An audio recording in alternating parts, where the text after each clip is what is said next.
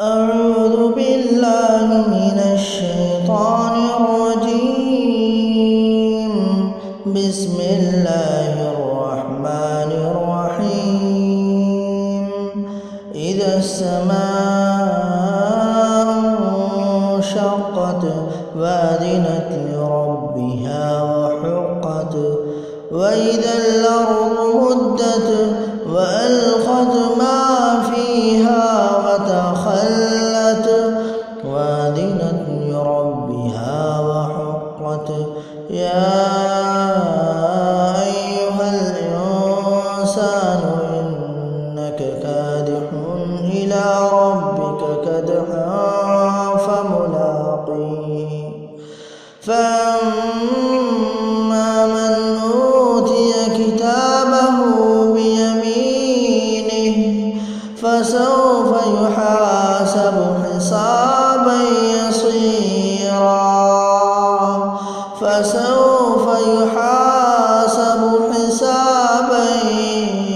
يسيرا وينقلب إلى أهله مسرورا.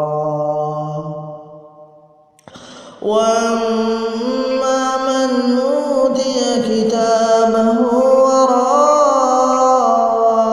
ظهره فسوف يدعو صبورا ويصلى سعيرا إنه كان في أهله مسرورا إنه ظن أن لن يحور بلى